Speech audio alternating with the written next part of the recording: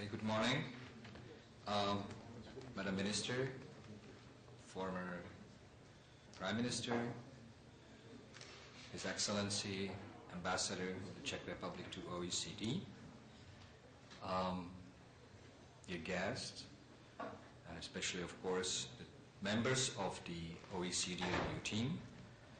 Of course, I would like to welcome you here also on behalf of the white paper team who is all present here today. You have heard about the history of the white paper and quite difficult political context of its preparation. Probably some of you do not realize we had 5 ministers of education during the time of the preparation of the white book. And I count twice, Madam Kopicova. Paulo Santiago, former director of the OECD Tertiary Education Review Project, provided us this broader international context in which the blueprint of the Czech tertiary education reform has been prepared. This morning we will get truly independent feedback from the OECD review team, and later today we will receive the feedback from representatives of the 2 bodies representing Czech academic community. Now allow me to go over the main principles of the reform as it is proposed in the white paper of tertiary education. I'll try to be as brief as possible. First, the topics. Following the main recommendations of the country note, we set as a principal objective of the reform greater openness. I just moved directly to that to save time. Greater openness of the whole tertiary education system. That was the main message actually from the OECD review team in 2006. But openness is a very broad term. What does it mean, or how we interpret it, that sort of recommendation? Greater openness to prospective students first. It was at the time when the Czech Republic scored really lowest among the OECD countries in terms of the proportion of young people who were permitted actually to enter tertiary education. Greater openness of schools towards external stimuli, which requires changes in governing higher education institutions. Greater openness towards principles of financing that would create environment for competition between or among higher education institutions. Why we need competition, of course, to increase quality. And greater openness to students from so far disproportionately represented socio-economic groups, which requires new principles and completely new principles of the students' financial aid. So this is about openness. We believe that if we pursue this goal and we succeed, the entire system will be much more efficient than today and much more dynamic than today.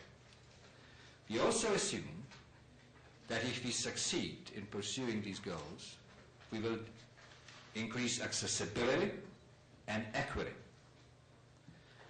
And these 2 goals are, of course, interrelated. There are other conditions to be met if you want to succeed. First of all, we have to reform our RD system, and especially its financing. And this reform has been launched and is on the way. So we hope that it will help us to differentiate higher education system and also finance research universities. And one reform which is still ahead of us, and we just dealt with it very briefly in the white book, and that's a reform of secondary education system. Because if we want to solve for equity and leave our secondary education system as it is, that is really differentiated and stratified, we cannot succeed. So the main objectives of the reform: to increase efficiency through competition, to increase competitiveness, to achieve true and rich structural diversity, to transform the existing supply-driven system to a demand-driven system of tertiary education, to increase private contributions for the costs of tertiary education, to align better with the labor market changes, to develop stronger partnership with business and industry, as it is recommended by OECD review team from 2006, and to increase, of course, as I already mentioned, accessibility, reduced inequity. What's the logic behind the white paper? As I said, there are four main goals: greater openness, competitiveness, equity, and dynamics. First of all, what we have to do is to reform or to change significantly principles of financing higher education. First, to change principles of financing institutions and students, and to establish stronger links between the two. Currently, it's not the case.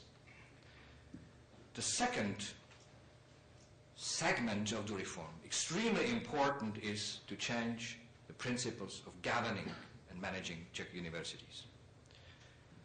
As I said, the RD reform is the reform or process which will help us to differentiate or achieve higher levels of diversification of the whole system. That is, we hope that the new principles of financing RD will promote the establishing typical research universities in this country. And diversification, again, will help us to establish differentiated and very efficient system of governing universities. So financing. Public funding will remain, of course, the main principle and main source. That's the must, and that's Central European principle. But we're going to introduce cost sharing, differentiated and deferred tuition fees. And of course, as I emphasized, and also Paolo acknowledged that, we definitely have to bring in a completely new system of students' financial aid. The public funding of higher education institutions will be still based on a block grant, as it is currently. But the block grant, the formula funding, have to be, let's say, modified or fine-tuned. First of all, we have to emphasize the contractual principle. We definitely wish universities can do their planning, strategic planning. That's why they have to know how much money they might, under certain circumstances, to have in a year from now, 2 years, and 3 years from now. We have definitely open space for the role of demand signals to create conditions, as I already emphasized, for competition between higher education institutions. To increase the role of outputs on financing institutions, that is not only in quantitative terms, so how many students are admitted, but also in qualitative terms. That is, what are the labor market outcomes of graduates? To establish permanent evaluation of quality and performance of individual institutions. We have to carefully think about our criteria of eligibility. We believe that what we recommend, that the basic education grant, that is the teaching allocation per student from public money, can be provided for the same person only once for each level of tertiary education and only for the standard length of study. No more students who stay in the system 5, 6, 7, 10 years easily. That's not possible if you want an open system for more students coming into the system. We have to create incentives for diversification. That's the must. So far, it's not that there are no incentives for the establishing bachelor degree professional-oriented programs. Also, we have to link RD money into with money coming for teaching master degree students. that's something we have to do, and we very much thank OECD, members of the OECD team who recommended to consider carefully this approach. Transparency. Proportion of resources allocated other than by the formula principle should decrease. Universities should be allowed to finance their long-term projects simply from loans, getting more money based on the formula principle. Controversial issue, cost sharing or tuition fees. We admit, and that's always the recommendation, this is only supplementary source of funding, not the primary, of course. We are not Korea. But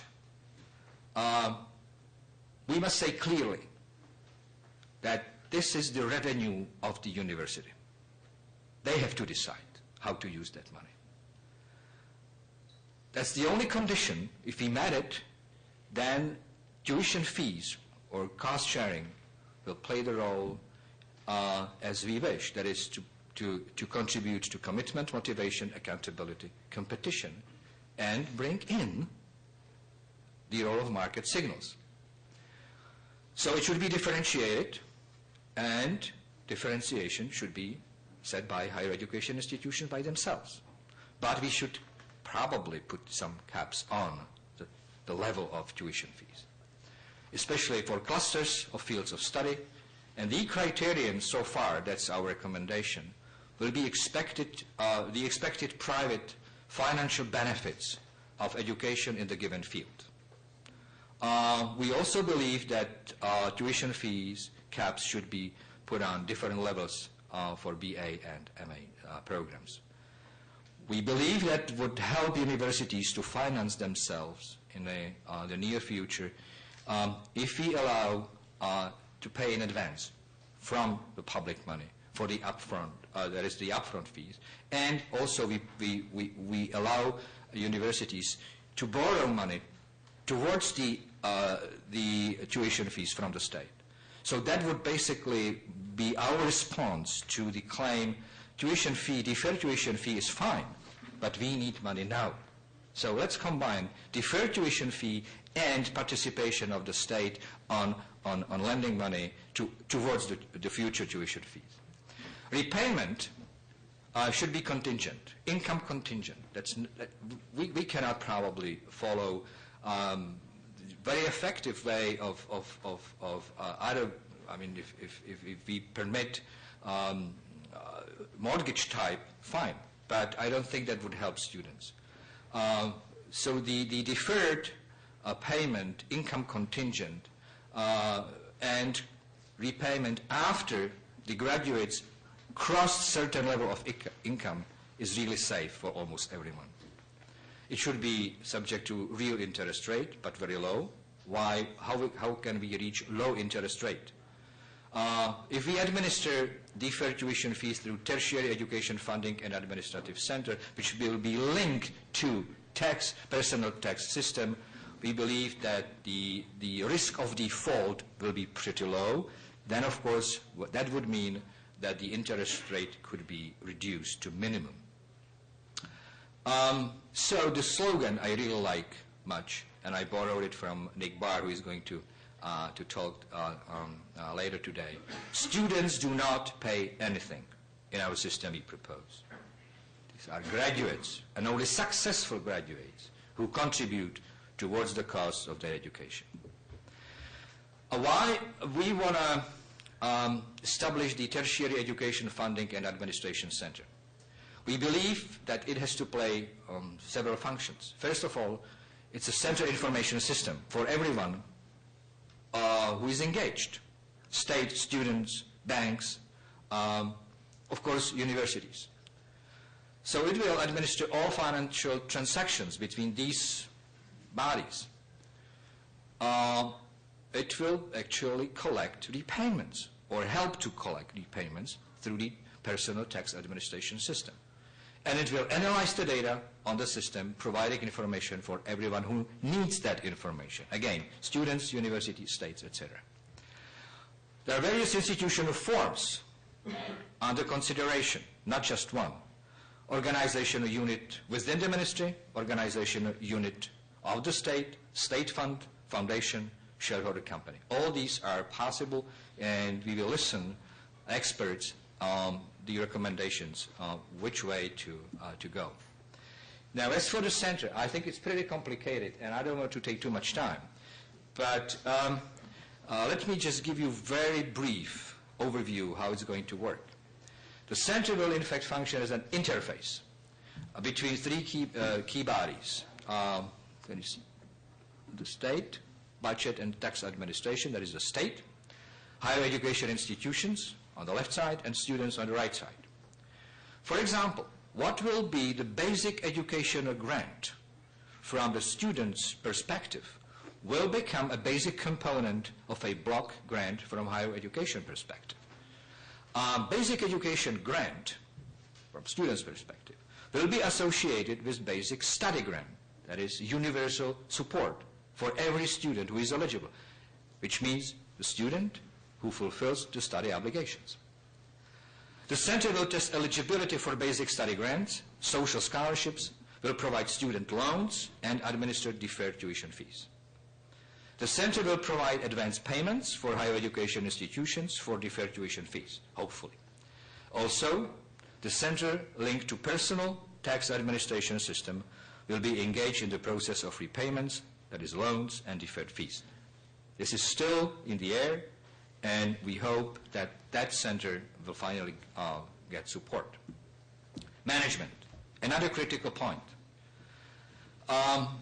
We believe that we really have to increase higher education institutions' responsiveness to external stimuli, to changes in the labor market, to the needs of external stakeholders, that is public sector, as well as employers, business and industry, and especially to global trends in research and innovation.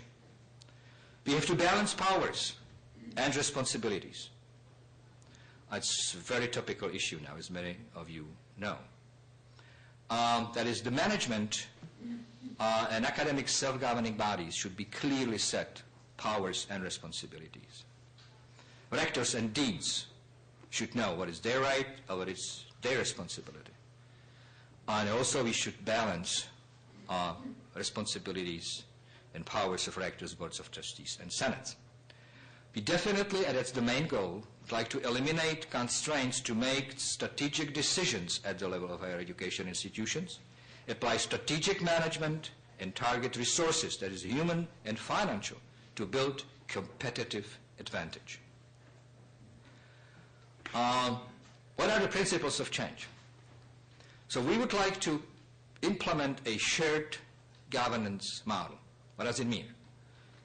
More clear-cut division of roles and responsibilities between institutional management and academic self-governing bodies, more institutional autonomy in choosing strategies for development, but more accountability towards major clients and stakeholders. Concrete model of governance will be chosen by the higher education institutions, of course within the few, or I don't know how many models we will recommend, but there will be quite freedom to choose the model of management. The main bodies, Ministry of Education, of course, will be a major player, but we believe, and still has to be debated, about its rather strategic, not steering roles. I will talk about it later, why we are not very much in favor of leaving the steering responsibilities on Ministry of Education. It should be very active in policy targeting and reform coordinating roles. We believe it would be useful if there is a weakening in its role in routine operations. That's why we, for example, we're going to build and establish the Finance Center. We are responsible for information collection, standardization of informations, and provision informations, because we want to definitely increase transparency of the whole system. Boards of trustees. We believe that this is one of the critical and, of course, very often criticized change in the system. We propose to increase in both the powers and responsibilities of boards of trustees. In particular, more responsibility for long-term and strategic planning at the higher education institutions. Should be composed of representatives of all major groups of stakeholders. That is state, academics, employers, and graduates. I would say successful graduates, especially. More important role should be played in the selection and appointment of rectors. That's one of the critical points. Academic senates will be responsible primarily for content-related issues of educational programs and research strategies, approval of academic internal regulations, safeguarding academic freedoms, ethical norms and issues, students' affairs. That's fair. I think this is the domain, this is the realm of academia. Scientific boards will probably act similar as today, setting institutionality policy, professional development, and evaluating of research activities and outputs. Now the Council for Tertiary Education. It will have a policy coordination and advisory role. That's a new body. It doesn't exist yet. We believe it will propose nominations for members of the boards of trustees. It will function as a safeguard against direct, partial, and short-term political influences of policymakers or politicians and business. We have to shield universities. If you want to open them to external stimuli, we have to shield them from harmful influences. That's our main goal. It will express views or evaluations on the principal documents of higher education institutions, participation in quality assessment criteria, that would be the critical role of it. Now the membership. Members should be representatives of the academic community and external stakeholders, basically half-half.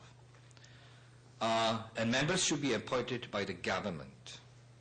And of course there may be claimed this is another political influence, but if someone proposes better solution, why not to discuss it? So how the model will work? This is very schematic and I would say simplified view. But just to give you a hint what we have in mind when we talk about sharing the governance at the level of higher education institutions.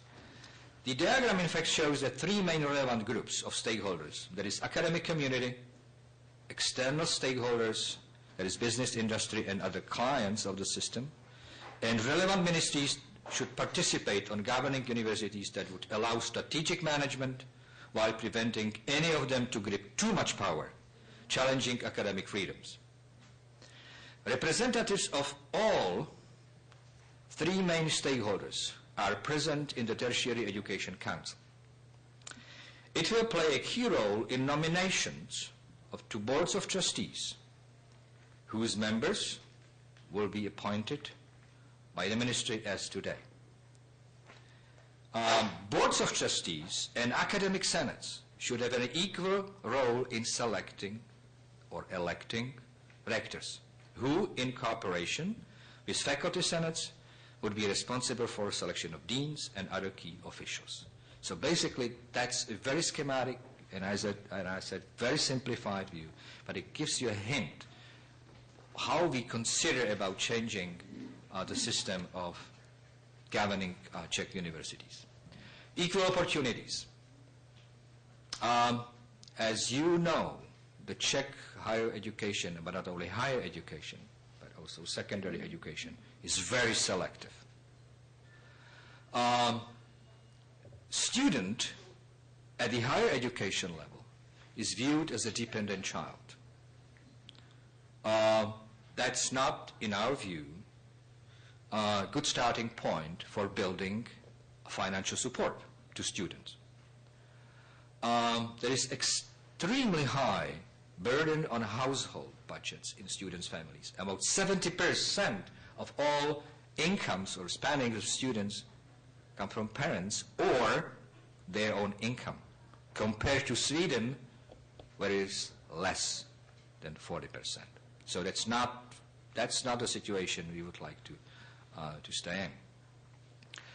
We believe that welfare benefits, which are currently targeted predominantly through parents, should go directly to students. Of course, there are currently schemes or packages for students provided by banks in terms of loans, but this is not acceptable. If they have to pay some 12, probably 13% of the interest rate, who can afford that? There is an absence of basic study grants. We want to introduce that, and a very low proportion of recipients of means-tested scholarships. I don't think I have to go through these figures because you all know where the Czech Republic is located in terms of the student support system. What is the proposed solution? First of all, I very much agree with those who say you cannot do anything basically with inequality in access to higher education if your secondary system is so stratified and so selective. So we very much now urge that the Ministry of Education launches also the reform of secondary school system.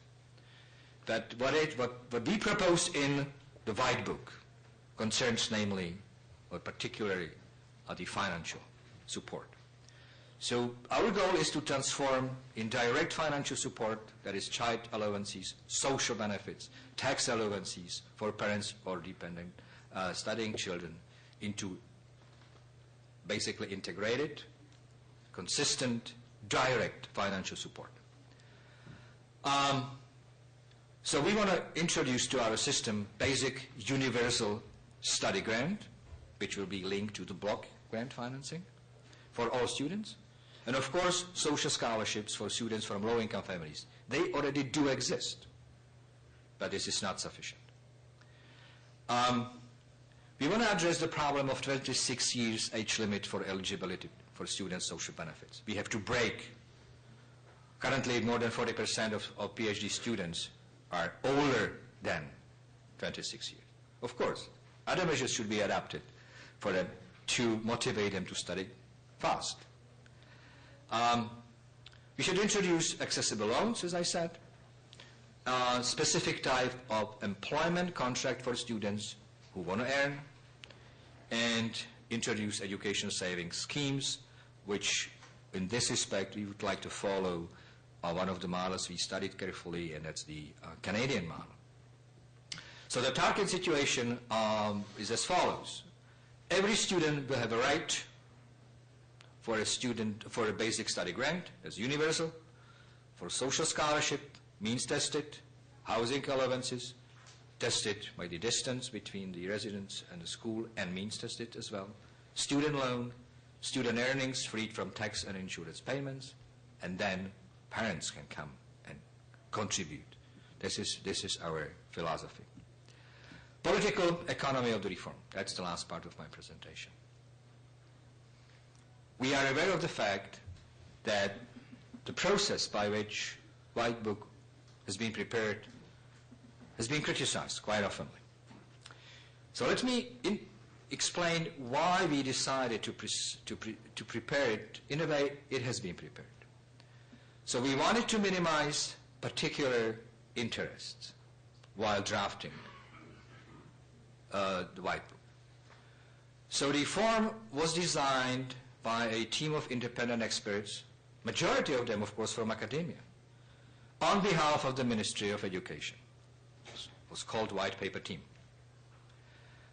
Representatives of Czech Rectors Conference and Council of Higher Education were not directly involved, only through consultations. Reform is built on objective evidence. OECD data on higher education, of course, the Tertiary Educational Review, cross-national comparative studies. And of course, we wanted to know what academic community think about it. So we ran surveys among academic staff and students. There has been a public debate, though I admit could have been better. There were discussions, there were roundtables, with both its internal and external stakeholders.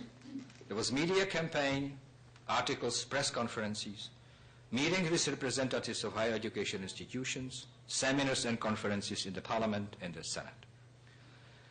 Believe me or not, and I now talk to those who probably rightly criticize us that it could have been better, but the public debate on the higher education reform was called a good practice example in 2008 in the report of the Ministry of Interior. What are the main achievements of that approach? Currently, reform does not favor any of these strong interest groups. That is big versus small universities, old versus new universities, external versus internal stakeholders, management versus self-governance. We believe it's balanced. Of course, we are ready to listen to comments on that. Fears about the reform are gradually diminishing, namely among rectors, if I may say that. Academic senates and Council of Higher Education institutions are still cautious about the reform, as you will probably hear later today. On the other hand, external stakeholders, that is employers, business, strongly involved, have been strongly involved in the building political and public support for the reform, and I'm happy they are here today as well. I will participate in the panel. There has been a strong support from the Ministry of Finance because we coordinated the reform of financing higher education institutions with the Ministry of Finance, and Ministry of Labor and Social Affairs, whose experts participate on the creation of the new system of students' financial aid. And there has been a strong support from RD Council, who was responsible for implementing the RD reform. Opinions of the academic staff. One of the surveys has been done already, and we have the results. Since there are some concerns about the quality, I know it's boring for some of you, but give me 2 minutes to explain how the survey has been done. We approached 25,000 respondents, that is all members of academia, defined as academic staff.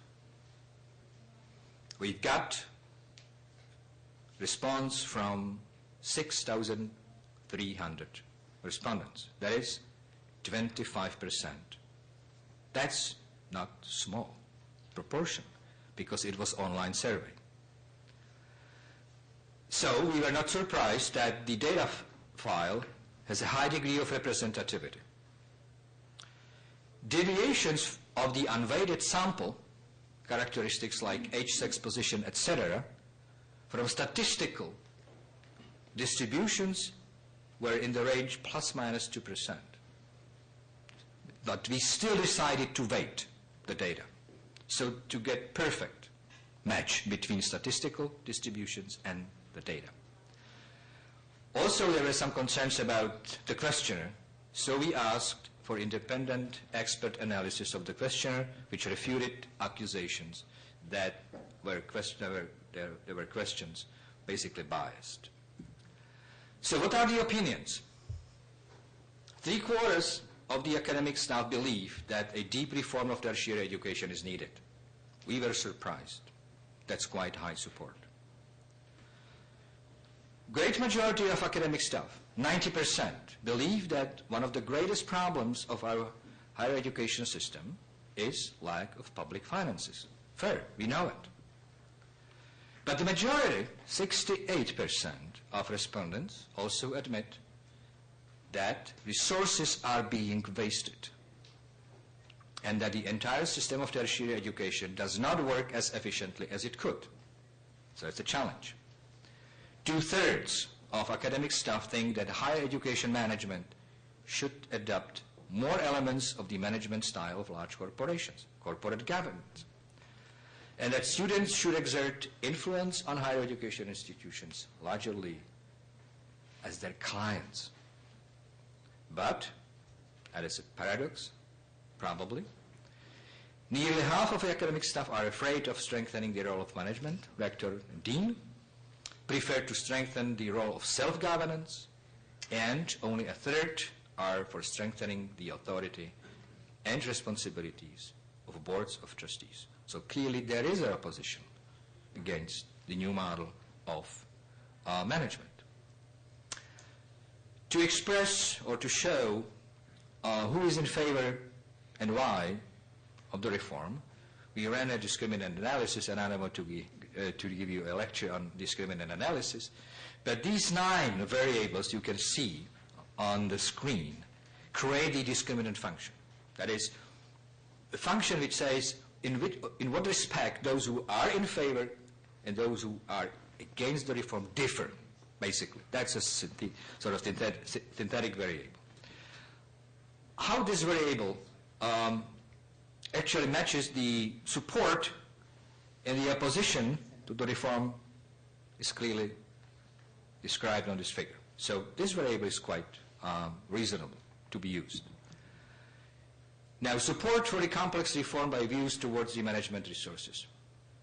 What this graph actually shows. Those who see poor management of resources, low efficiency of the whole system, are very much in favor of the reform as it is proposed. Because these 9 variables I just showed basically follow what has been recommended by the White Book. Those who don't see that as a problem are less in favor of the reform. It's obvious and it's good to know. Was the support for complex reform by views towards the definition of roles of different bodies. That is, if those who think that roles of rectors, boards of trustees, and academic senates are poorly defined, they want to see reform, of course, because they believe the system has to be changed. Similar result concerning the view towards the role of senates in operational management of schools. Those who believe that influence of academic senates in the operational management is too strong, they want to reform. Of course, those who feel it's okay, they oppose. The same for strategic management of higher education institutions.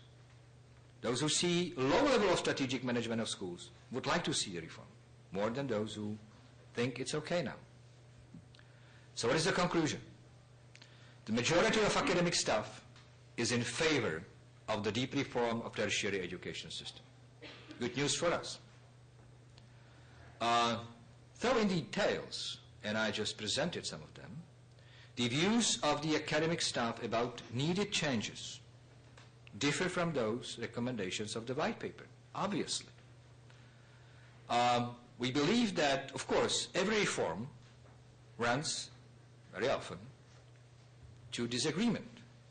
But if we found, basically, that those who are in favor have in their minds the reform in the way we had it when we drafted White Book, that's good news for us. But we are still ready to listen, of course, the recommendations. So I would like now to thank to the team I spent more than 3 years with. It was a great team, and let me name them here because they deserve the credit. František Ježek, who was former president of the Higher Education Council. Dan Minich, Jan Slovák, Jana Straková, responsible mostly for lower level education reform, but she helped us. David Václavík, Simona Weidnerová, Jan Zrzavý. But also, I would like to thank to those who were, every time we needed, provided their expertise and help. Tomáš Kopřiva, Miroslav Ludvík, Petr Kolář, Jana Mačáková, and Jiří Nantl. It was a great team, and I hope now that our biggest reward to us would be seeing the reform being implemented. Thank you very much.